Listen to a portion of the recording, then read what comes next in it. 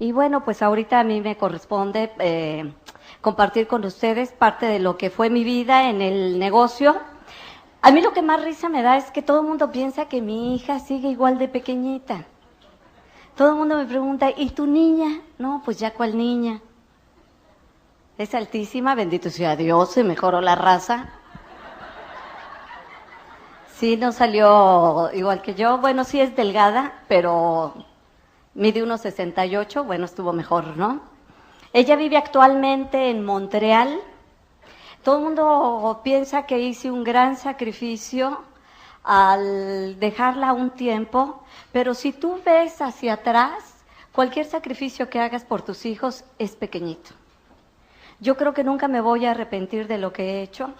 Este negocio me ha dado la oportunidad de forjar un destino mejor para mi hija. Ella actualmente pues tiene el estilo de vida que todos los padres queremos. Ella está estudiando ahorita en la Universidad de Concordia, en Montreal. Tiene 4 años y medio viviendo allá. Y ella se ha vuelto muy independiente. Me heredó, me duplicó. Es una persona con un carácter muy definido, autosuficiente, sabe hacia dónde va. Y platicando con ella el otro día me decía, mamá, es que yo me visualizo como una empresaria de gran éxito. Fíjate lo que hacemos. Cuando nosotros nos integramos al sistema y empezamos a vivir día con día la realización o la lucha de nuestros sueños, nuestros hijos empiezan a heredar eso. Y yo creo que es la mejor herencia que les podemos dar. El enseñarles que a un sueño no se renuncia, sino que por un sueño se lucha. Cueste lo que cueste. ¿Por qué? Porque en el sueño encontramos nuestra realización. En la renuncia de nuestros sueños encontramos nuestra frustración. Y la frustración es el cáncer del alma. El alma nunca se repone de la frustración. Renunciar hacia lo que a ti te podía haber llevado a descubrir el potencial que tú tienes es un dolor que yo no se lo deseo a nadie. El esforzarnos, el luchar, creo que es algo que engrandece al hombre. Ustedes saben que yo entré hace más o menos 14 años. En ese tiempo tenía 40 años y yo me sentía un poco frustrada. Había estudiado una carrera, pero esa carrera no me había llevado a ninguna realización. Por alguna situación apenas había yo conseguido el sobrevivir. A los 40 años tenía yo una niña de 4 años y medio, un montón de deudas. Estaba yo atrapada en un empleo que no me satisfacía, porque no solamente no ganaba lo que necesitaba, sino que estaba haciendo algo que no me gustaba, tenía que soportar a un jefe que no toleraba, y entonces poco a poco me fui frustrando. Yo pienso que cuando una persona se frustra, de repente es como si te empañaran el cristal de tu vida, y lo ves ya todo diferente, lo ves amargo, triste, gris. Y lamentablemente quien se lleva el resultado de esa frustración son las personas a las que más amamos, a nuestros hijos. Yo pienso, si no hubiera hecho este negocio, me imagino que ahorita sería una señora, no sé, varicosa, con sobrepeso, frustrada, hablando eternamente en pasado.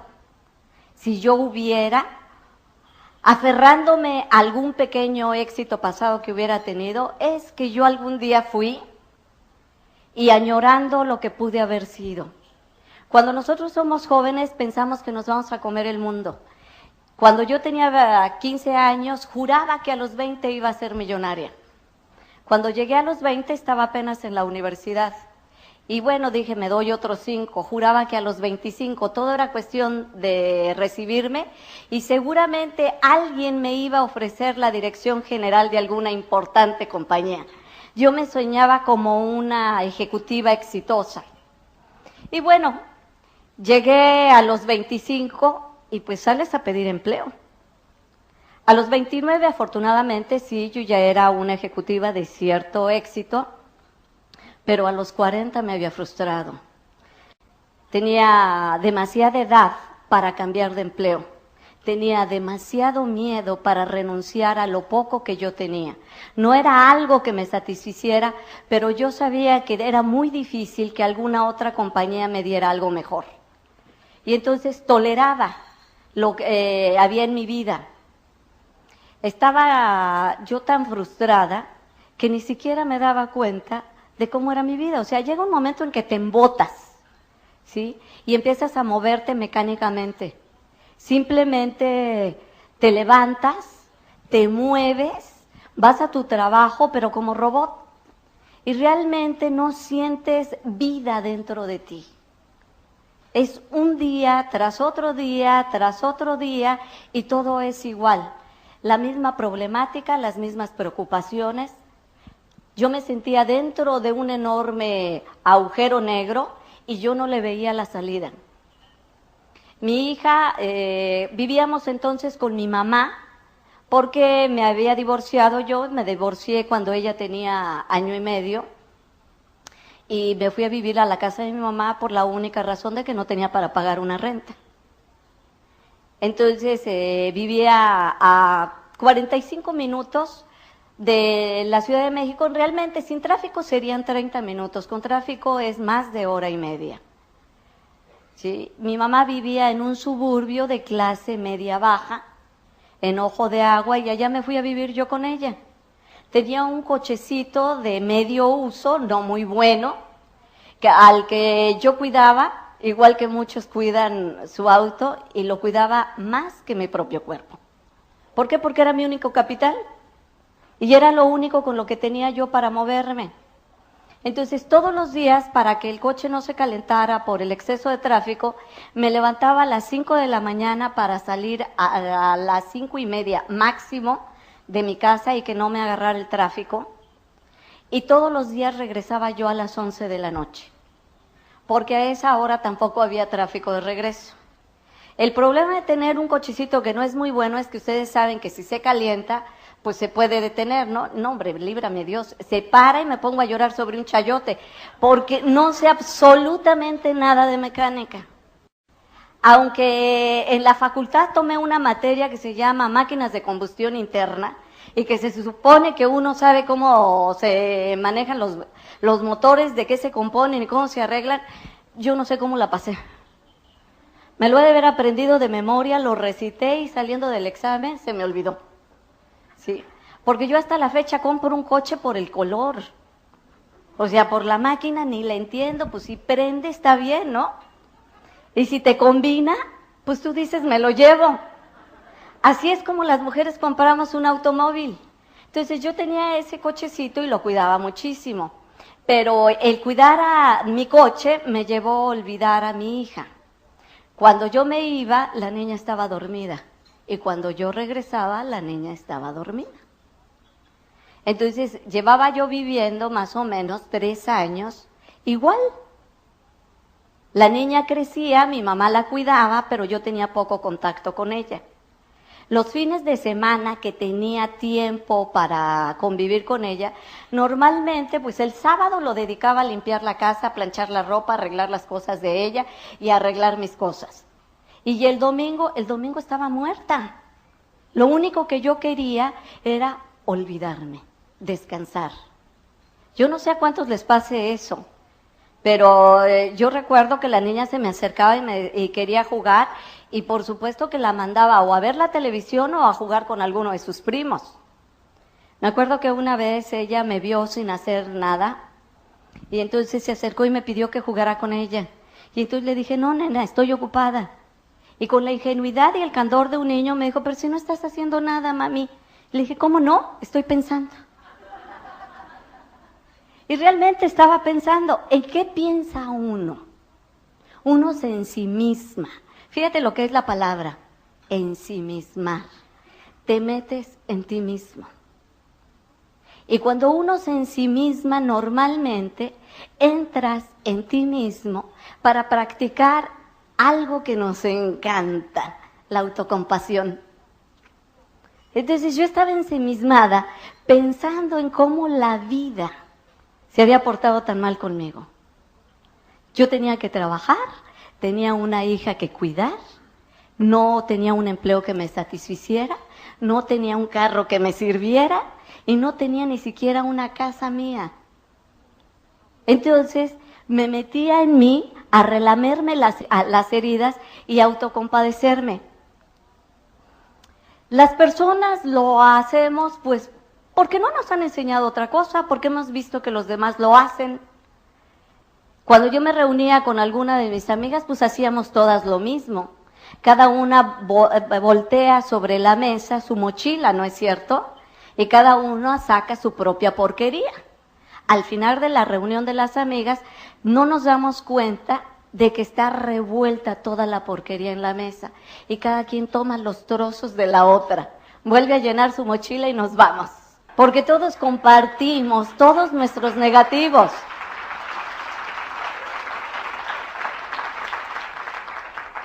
Entonces, en esas estaba yo, pero yo pienso que la vida es misericordiosa con cada uno de nosotros. La vida a veces te golpea para ver si despiertas, para ver si nos damos cuenta. Y en eso estaba cuando un amigo mío me regaló un librito. Era un librito de pequeñas historias. No sé por qué me lo regaló. No sé si él sabía que me hacía falta, si lo había leído antes, o simplemente la vida lo utilizó como instrumento y me acercó ese libro. Yo recuerdo que lo abrí y venía una pequeña historia. Hablaba de un niño que va corriendo cuando llega su papá del trabajo y le pregunta, papá, ¿cuánto ganas tú por cada hora de trabajo? El papá, que viene cansado, le dice cualquier cantidad, $5 la hora, por decir algo, ¿sí? Y entonces el niño se le queda viendo y le dice, papá, ¿me puedes dar 3? El papá, enojado, piensa que el niño es un interesado y lo regaña y lo manda a dormir. El niño, apesadumbrado, porque es un niño muy pequeño, de 4 o 5 años, se va a su recámara sin decir nada. Y el papá al rato se queda pensando, si esos $3 a lo mejor no son algo importante para el niño y que finalmente pues para él, pues ¿qué más da? Entonces se arrepiente, como nos arrepentimos todos los papás después de que ya la regamos, ¿no? Se arrepiente, va a buscar al niño, lo encuentra dormidito, lo despierta, saca los $3 y le dice, ofreciéndole los $3, le pregunta, ¿para qué quieres este dinero? El niño, sin contestar, levanta la almohada, saca otros $2 y le dice, papá, te compro 1 hora de tu tiempo. A mí esa historia, bueno, me partió el corazón, porque de repente me di cuenta que yo llevaba 3 años sin darle 1 hora completa a mi hija. Estaba yo demasiado ocupada en proveer. Y creo que todos los padres se nos va la vida haciendo eso. Nos preocupamos mucho por conseguir dinero y creemos que llevando el sustento a nuestra casa ya cumplimos. La tragedia es cuando los hijos crecen y nos reprochan la ausencia que tuvieron de nosotros. Y uno queda en un conflicto enorme porque siente que es una ingratitud por parte del hijo el reclamo. ¿Cómo te puede reclamar un hijo tuyo que no hayas estado junto a él si tú te has partido en 4 para conseguir lo que él necesita? Y sin embargo, muchas veces nuestros hijos no son cosas materiales lo que más necesitan. Necesitan quizá más una caricia o una palabra. Necesitan quizá 1 minuto de atención dedicado exclusivamente a él. Yo no lo sabía. Pero cuando leí ese librito tomé una decisión. Teníamos que buscarnos una casa, mi hija y yo, en la Ciudad de México, de manera que las horas que yo invertía en la carretera pudiera dárselas a ella. Y fue acción. Yo ayer les contaba, yo tengo un muy buen ejemplo con mi mamá. Ella nunca se piensa las cosas. Ella es decidir y actuar al mismo tiempo, o sea, no es de voy a, es de estoy ya. Entonces, en el momento en que yo tomé la decisión, al día siguiente empecé a buscar un departamento. Claro, de acuerdo a mis posibilidades. Y cuando uno se toma la decisión, pero en serio, algo pasa. Ustedes lo han leído también en el libro del alquimista, ¿no es cierto? Que dice, el universo se confabula. Y el universo se confabuló, y ese mismo día que yo empecé a buscar departamento, lo encontré. Salí a la hora de la comida, y en 1 hora encontré un departamento cerca de mi trabajo.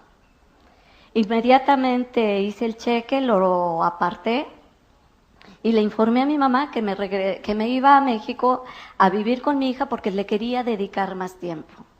La niña estaba feliz. Empezamos a vivir así 2 meses. Yo arreglé todo en mi trabajo de manera que pudiera trabajar nada más en la mañana y me quedara toda la tarde. Entonces iba personalmente a recogerla a la escuela, la llevaba a la escuela, comíamos juntas, empezamos a hacer la tarea de juntas. Y para mi hija el mundo de repente se había iluminado, porque su mamá ya estaba con ella. En esas estábamos cuando me encontró el negocio. Una vez un amigo mío pensó en mí porque le habían presentado esta oportunidad. Bueno, entonces les decía, me presentó mi amigo Sergio, que no es Sergio Rivera, sino Sergio Ruiz, me presentó la oportunidad. Él era amigo mío desde hacía muchos años, de hecho era mi mejor amigo, hace ya muchos años que no lo veo.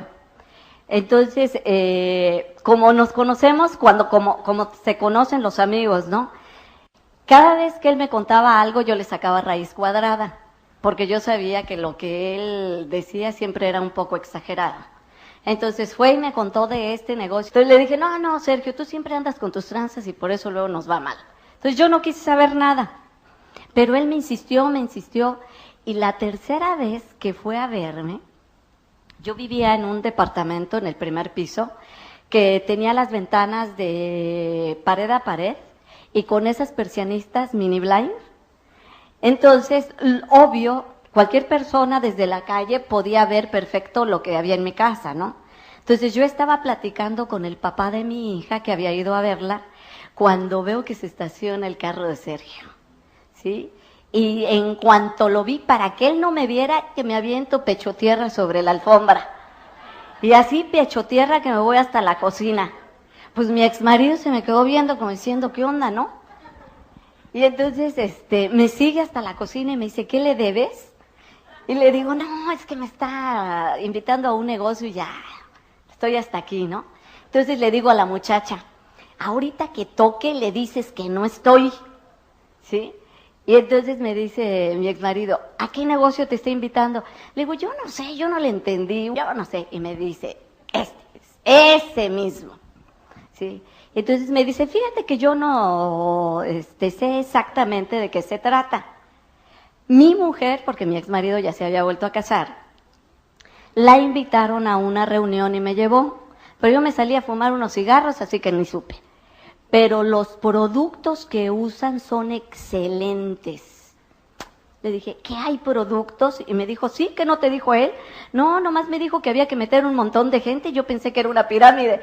Y me dijo, no, los productos son excelentes. Entonces yo ya motivada, porque había productos, que alcanzo a la muchacha y le digo, bájate por él y dile que siempre sí estoy. ¿Sí? Entonces ya bajó, Sergio ya subió. Y entonces, pero él ya llevaba otra estrategia. Ya había hablado con el directo de su red. Y entonces me dijo, mira, yo no te vengo a decir ya que entres al negocio. Lo único que quiero es que me acompañes para que me digas si esto funciona o no funciona. Porque como tú sabes de mercadotecnia, yo quiero saber si le invierto tiempo o no le invierto. Entonces le digo, pues pídete la información, tráemela, yo la estudio y te cuento. Y me dijo, no, es que sí tienen allí unos como libritos, pero cada vez que yo me acerco los esconden. Le digo, no, hombre, Sergio, eso es un fraude, entonces, pues, ¿cómo que no te quieren dar información? Sí, yo no sé qué pasa, cada vez que yo me acerco, pum, guardan lo que tienen. Y entonces me dio mucho coraje, ¿no? Entonces le dije, ok, ven por mí. Pero fíjate, ¿cómo iba yo? Yo tenía la costumbre de dormirme con pants. Esas eran mis pijamas, ¿Por qué? Porque cuando te levantan nunca saben si te acabas de levantar o vienes de correr, ¿no? Y entonces, me puse yo mi pijama, tenía un pants y me puse un suéter largote para que se medio ocultara, ¿sí? Y así me fui con esas fachas al Open. Yo sé ni cómo nos dejaron entrar, ¿sí? Me fui con esas fachas y entonces ya alguien presentó el plan, pero yo le había dicho a Sergio, 1 hora, porque él me dijo, le dije, ¿cuánto tarda? Y me dijo, 1 hora. Ok, llegamos a las 8, a las 9 yo me salgo. Y que se extiende el que está presentando el plan. A las 9 yo vi, hora de irse, vámonos. Entonces, Sergio me dejó ir. Yo dije, me tengo que regresar en camión, ¿no? Pero la directo de él me alcanzó y me llevó el portafolio con toda la información que venía en el kit. Y entonces me dijo, disculpa, pero es que Sergio me dijo que tú eres una persona muy ocupada, que no te podías quedar, entonces te reuní esta información para que la analices. No, hombre, yo me fui, pero súper feliz. Me habían levantado mi sentido de la importancia personal hasta el cielo. Al Sergio no le habían querido dar nunca nada. Y a mí me daban todo el portafolio del kit. ¿Sí? Entonces, ¿cómo me fui? Nunca me enteré que había sistema. Pero yo llegué y empecé a revisar. A mí me interesó lo que escuché, pero no lo comprendí todo totalmente. A mí lo que me intrigaba era de dónde salía el dinero. Yo nada más quería tener claro de dónde salía el dinero. ¿Por qué quería tener claro eso? Porque yo no quería meterme en un negocio fraudulento que se pareciera a las pirámides. Entonces yo revisé todos los libritos, pero pues ni le entendí. Y entonces, me acuerdo, una parte de mí, mi corazón me decía que eso era bueno, pero mi mente me decía, ¿y si te vuelves a embrollar en otro rollo? Entonces yo me acuerdo que yo le pedí a Dios, yo no sé ustedes, yo soy sumamente creyente. Cuando yo no puedo solucionar algo, le pido a Dios que me eche la mano. Y entonces, y que me ilumine las neuronas que sirven, pues para entender, ¿no? Y entonces, me acuerdo que yo me dormí pidiéndole a Dios 3 señales. Le dije, Dios mío, si esto es para mí, dame 3 señales para que yo empiece a hacerlo. Porque yo llevaba meses de pedirle a Él, ponme algo. Porque el dinero no solo no me alcanzaba, sino que yo estaba harta de hacer el trabajo que estaba haciendo. Mi jefe tenía la costumbre de jinetearse la lana de los clientes. Y luego me obligaba a mí a mentir, cosa que además nunca hice. Entonces venía siempre el pleito y el reclamo. Él me decía, no, es que no te pones la camiseta, que no sé qué más. No, pues si ponerse la camiseta era mentirle a un cliente de, ya me mandaron a hacer mis muebles. Y yo, pues la verdad le decía, no hombre, para nada. Y entonces, ya sabes, pues le hablaban a él y se lo ponían, ¿no? Y yo le había pedido a Dios, Dios mío, ponme algo. Debe de existir un empleo en el que no tengas que mentir para ganarte pues la papa. Y entonces a mí me latía que esto era bueno. Y yo me acuerdo que me dormí bien tarde y a las 5 de la mañana, pum, vale que me despierto. Acababa de ver claritito de dónde venía el dinero. Yo había trabajado anteriormente en publicidad. Había sido directora de ventas de una de las, directora de proyectos especiales de una de las agencias más importantes de México. Y yo sabía que las compañías dedican cuando menos 30% del total de sus utilidades a reinvertir en publicidad y distribución. Entonces de repente lo vi, claro. Ellos nos pagan porque nosotros somos los publicistas y los distribuidores. Cuando entendí eso, no, hombre, que me vuelvo a poner mi suéterzote y que me salgo, porque yo no tenía teléfono en mi casa, y que me voy a buscar a Sergio, le hablé por teléfono, y que le digo, Sergio, ya entendí de dónde sale el dinero. Y Arre me dice, ¿todavía estás revisando todo? No, pero ya lo entendí. Y entonces él me dice, ok, ¿qué te parece si lo hablamos a las 10 de la mañana? Pues es que yo estaba tan nerviosa que a mí ni me importó salir a esa hora. a buscar un teléfono y despertar pues al que me había invitado, ¿no? Entonces, yo tenía que hacer un viaje a Estados Unidos. Tenía que ir a Oregon precisamente por cuestiones de trabajo. Entonces, me acuerdo que vi a una persona que es amiga mía, es americano, pero él habla español muy bien. Entonces, le comenté sobre lo que estaba pasando en México. Y entonces él, me acuerdo que Andrew, muy sorprendido, me dijo, ¿está la corporación en México? Sí. Cuando yo escuché eso, yo dije, es la segunda señal. Porque Andrew tenía toda mi confianza. Y si él me estaba diciendo que sus amigos, él es psiquiatra de niños, me dijo, mira, yo no lo hago porque yo tengo una profesión que me absorbe. Yo en tu lugar lo consideraría. Para mí esa fue la segunda señal. Un segundo.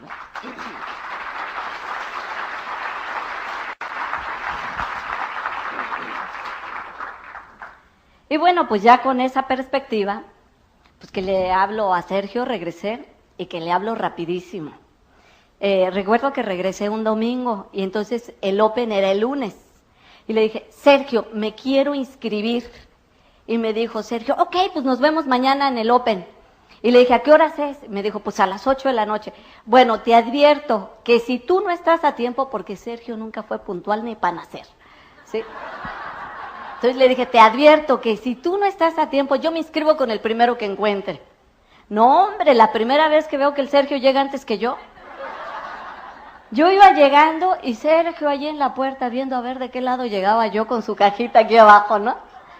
Entonces ya me inscribí, pero pues yo no sabía nada del sistema.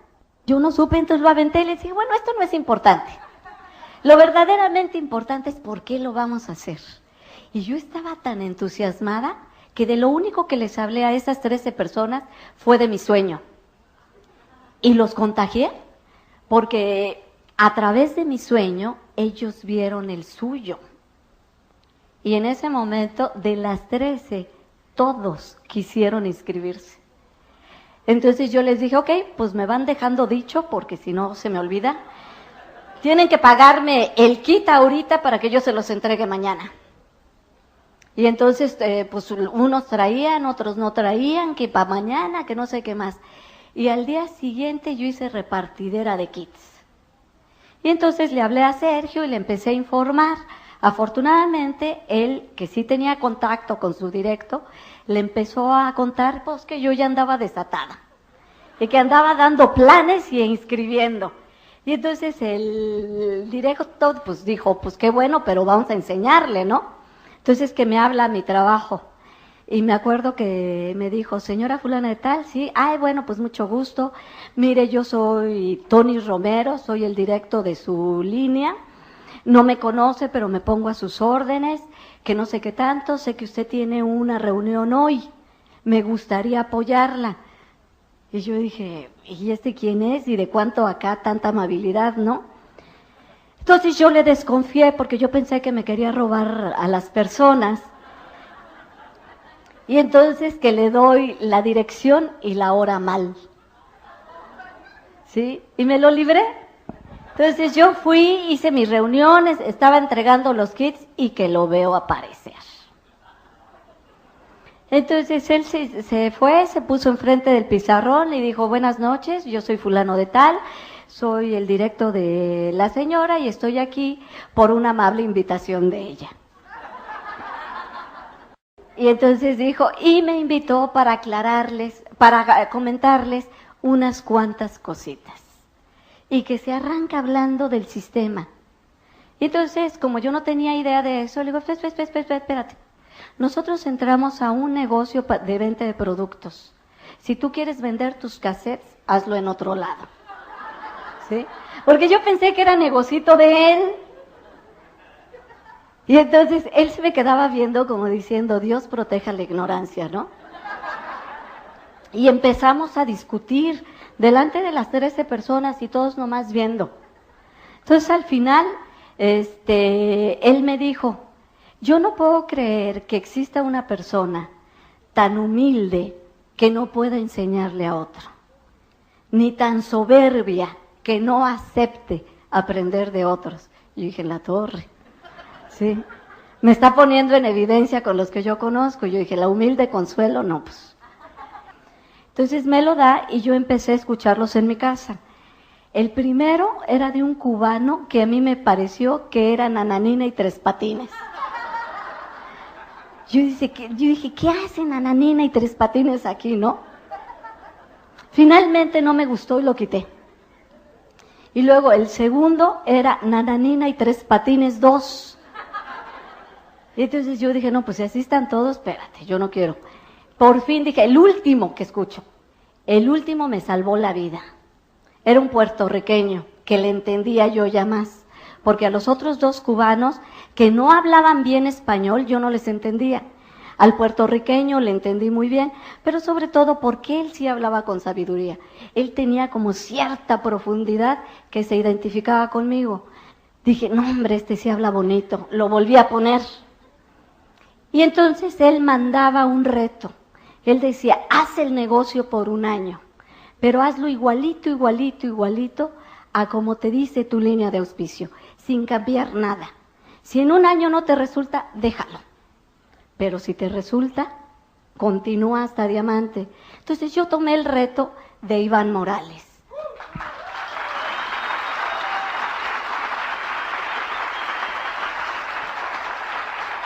Iván para mí siempre fue uno de mis diamantes y sigue siendo uno de mis diamantes preferidos. Es de la línea dura, él golpea, él no te dice las cosas con azúcar, te las dice directitas. Y fue uno de los diamantes más exitosos en este negocio. Y gracias a él yo me integré al sistema. Le pedí a Tony, dales cassettes a todos, pero quítales los de Nananina y Tres Patines. Sí, me decía, no, Consuelo, porque los cassettes que a ti no te gustan, a otro lo van a motivar. ¿Sí? A ti estos no te gustaron, pero hay muchas personas que han entrado por esos cassettes. Y yo empecé a hacer el negocio tal cual me lo decía el sistema, tal cual Tony me iba dirigiendo. Tony me convenció a ir a mi primer seminario, lo cual le doy las muchas gracias. Por supuesto, yo fui más que nada por no perder ¿cuántos nos costaban? Creo que $5 la entrada al seminario. Entonces, el día domingo me daba mucha flojera levantarme, llevar a la niña, que la cuidaran, bla, bla, bla, bla, bla. Pero ya había gastado mis 50 pesotes, entonces yo dije, no, ni más, como sea, pues vámonos, ¿no? Entonces fui al seminario y la pareja que dio el seminario fue tan buena que logró convencerme ir a la convención. ¿Sí? Entonces voy a la convención, pasa el viernes y yo no vi el compromiso. Pasa el sábado, no hombre, me le enfieré a Tony, porque faltaba nada más un orador, que era Bill Childers, el que iba a cerrar la convención. Un aplauso para nuestro offline.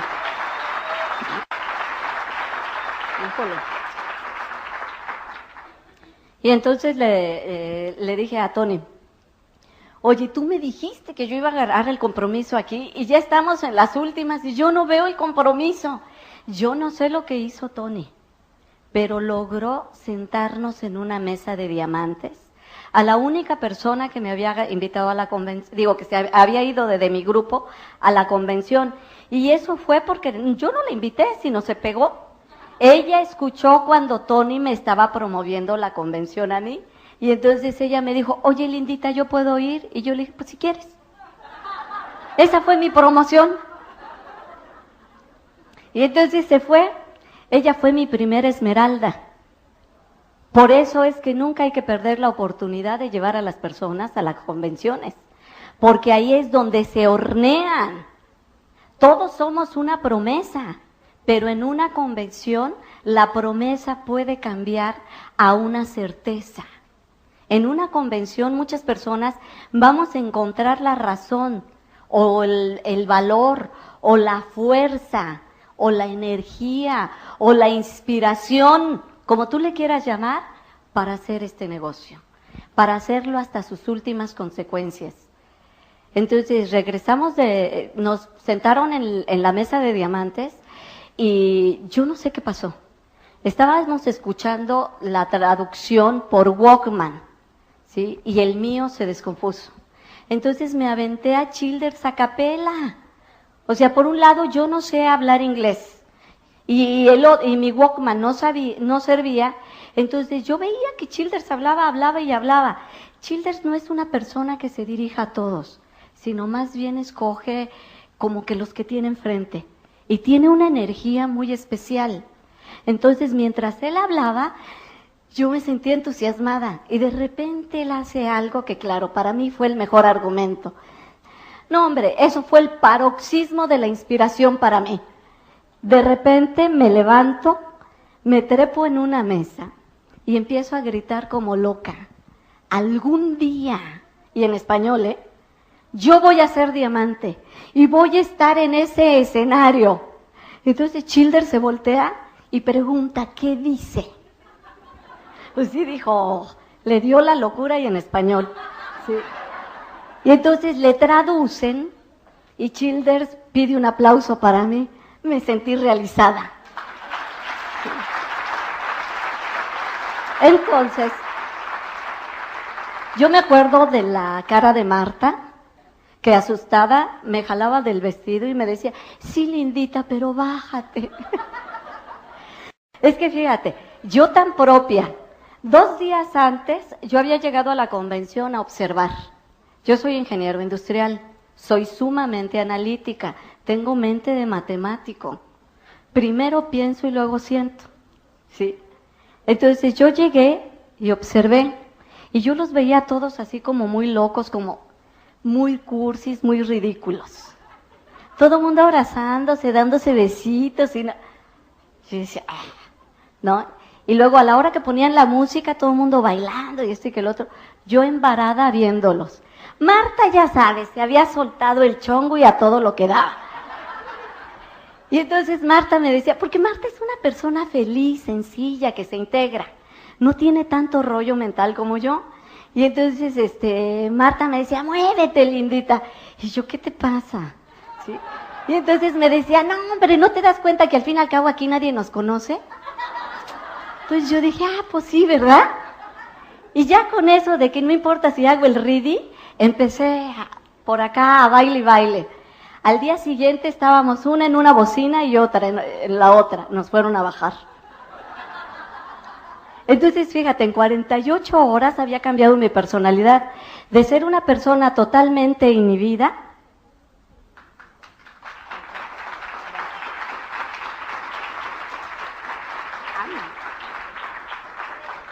equinacia, ¿verdad? Así, a ver si esto sí ya me abre bien. Bueno, gracias por la equinacia.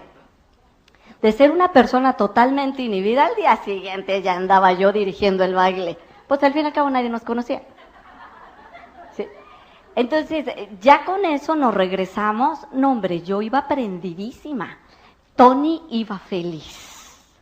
¿Por qué? Porque yo había tomado el compromiso. Yo había decidido en esa convención que yo llegaba a diamante. E iba a llegar como mi héroe en 24 meses. Lo hice en 22 por el año fiscal, no por mejorar el récord de Iván, ¿sí? Sino porque si no calificaba, pues ya era hasta el otro año, entonces le tuve que tupir. Tomé varias decisiones que no les digo yo que hagan, simplemente yo vi la situación así en mi vida y yo me conozco, yo soy una persona que trabaja muy bien bajo presión, si no tengo presión no me muevo. Pero si yo siento la presión, no sé, es como si se hiciera la calma. Yo en los momentos más cruciales, yo no me desespero. A mí me entra una paz y una seguridad que puedo trabajar mucho mejor así. Entonces hice cosas que no tenía que hacer, que a lo mejor no le funcionan a todos, pero que a mí me funcionan muy bien. Llegué y renuncié a mi empleo. Segunda cosa, hice la maletita de mi hija y se la llevé a mi mamá. Y yo le dije a mamá, cuídala y dame 2 años. Dame 2 años porque yo me voy a hacer diamante, mamá. Mi mamá no entendía. Había vendido mi coche, había renunciado a mi empleo y ahora le regresaba a mi hija. Decía, ¿quién sabe qué tiene? Luego me confesó que aceptó cuidar a la niña porque dijo, pues lo que tenga, a ver si no se le pega a la niña, ¿no? Digo, mejor que me la deje aquí.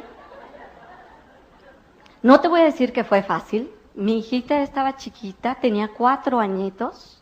Ella no entendía por qué después de que estábamos viviendo juntas, la regresaba yo ahora con su abuelita. Yo le explicaba que teníamos sueños, yo la puse a hacer conmigo su collage, y yo creo de verdad que los sueños que tú recortas y visualizas se cumplen. Porque Fernanda recortó una foto de Lupita D'Alessio con un micrófono. Lupita en ese tiempo se peinaba como yo, no yo como Lupita, ella como yo. ¿Sí? Entonces, ella está hablando y yo le decía, pero ¿por qué, nena? Y yo por más que quería quitar a la Lupita de los sueños de mi hija, ella se aferró y sí, mamá. Tengo una fotografía años después, hablando yo en una convención, que estoy tomando el micrófono que parece que estoy cantando. Y tengo un ángulo en donde se me ve más el cabello que la cara. Y veo la fotografía que recortó Fernanda y es igual. Fíjate, ella me visualizó con un micrófono y yo ni idea tenía que después eso sucedería, pero dando una conferencia. Nunca cantando, no hombre, si salen todos y empiezo a cantar. Yo canto tan bien que me utilizan para fumigar, nomás echar. Entonces, yo empecé a ver a mi hija nada más los fines de semana. Pero fue muy bueno porque entonces aprendí a darle tiempo de calidad. Antes, aunque vivíamos juntas, yo realmente no le hacía caso. Como después de que entré al negocio, nada más la iba a ver los domingos, entonces todo desaparecía para mí y lo único que existía era ella. No le hacía caso a mis hermanos que iban a comer con mi mamá, no le hacía caso a mi mamá y solamente éramos la niña y yo. Ahí aprendí a ponerle atención a mi hija, cosa que fortaleció mucho su autoestima. Jamás volví a atender a una persona que me hablara callando a la niña. Callo primero a la otra persona y le pido, ¿sabes qué? Discúlpame, ¿qué me decías, nena? Eso le empezó a dar mucha seguridad a ella. Yo ahora la que la veo hecha una mujer, me da mucho gusto, porque la veo una mujer autosuficiente, segura de sí misma, aceptando el mundo que tiene, sin miedo, dispuesta a enfrentarse a lo que venga, y eso solamente lo tiene un niño que ha tenido atención por parte de sus padres, que no se sabe rechazado.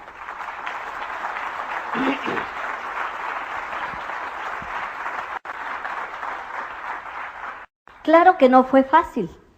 Mentiría yo si te dijera que fue sumamente fácil y que no nos dolió a ninguna de las dos. Una de las cosas que más me dolía, por ejemplo, era que ella me preguntara ¿cuándo vamos a volver a vivir juntas, mamá? Mi respuesta siempre fue la misma: cuando tu mamá sea diamante. Ella, yo no sé lo que entendería cada vez que le decía eso, pero lo aceptaba como respuesta. Para ella, el que yo llegara a ser diamante era el momento en que íbamos a volver a estar juntas. Muchas veces la familia nos lastima queriéndonos ayudar. Yo entiendo que es más que nada porque nos quieren, ¿sí? Pero, por ejemplo, yo tengo una hermana que nos lastimó mucho a las dos, porque me quiere mucho y porque tenía miedo de lo que yo estaba haciendo. Ella no podía entender cómo había renunciado a mi carrera, cómo había renunciado a mi empleo, cómo había vendido mi coche, por qué había llevado a mi hija a la casa de mi mamá. Y entonces cada vez que podía, trataba de decirme a su forma el que yo regresara a mi vida anterior, pero esa forma me lastimaba. Entonces tenía la costumbre de decirle a la niña, es que tú pareces huerfanita. Y entonces una vez mi hija me dijo, mamá, ¿por qué mi tía me dice que parezco huerfanita? Y entonces yo le dije, porque está mal de su cabecita. Así que no le digas nada, pero es que tu tía está muy enfermita. Pues sí, ¿qué le dices? ¿Sí? Finalmente ahora mi hermana me felicita, siempre dice, qué bueno que nunca me hiciste caso. Toda mi familia me respeta, pero las cosas tienen un precio. Muchas veces uno siente que el precio es gigante en el momento de pagarlo. Pero yo te aseguro que el día que tú estés subiendo como diamante, todo lo que pasaste se te olvidó. A mí me cuesta tanto trabajo recordar los momentos malos, que ahora que Charo me pidió, por favor, cuenta tu historia completa, yo decía, híjole, pues es que ya ni me acuerdo. ¿Por qué? Porque han sido 13 años de libertad económica, de bendiciones, de no trabajar, como dice Jim, de no tener la pesadilla de levantarte temprano. Hace poco tuve un sueño, y se los juro, fue real, ¿eh? Soñé que mi hermana, esta hermana, por alguna situación me convencía de que yo le hiciera un proyecto a su banco, porque yo me dedicaba antes a hacer eso, proyectos para diferentes compañías. Y no sé por qué me convencía y le aceptaba el proyecto al banco. Y de repente estaba yo como a media mañana, eran las 11 de la mañana, con un montón de personas en un restaurante pasándomela muy bien en el jijirijiji. Y de repente me acordaba, si yo ya estoy trabajando, yo tengo que estar en el banco. Y me entraba una angustia porque pensaba, van a correr a mi hermana por mi culpa. Van a correr a mi hermana porque yo no estoy cumpliendo. Y entonces empezaba yo desaforadamente a querer llegar al banco y pasaban un montón de cosas y no podía llegar. Tenía tal angustia que me desperté. Yo dije, ay, bendito sea Dios, solo fue un sueño, yo ya no trabajo. El día que tú no trabajes,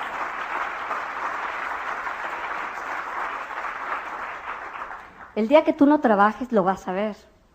Es una bendición no estar dependiendo ya ni de un empleo ni de un sueldo.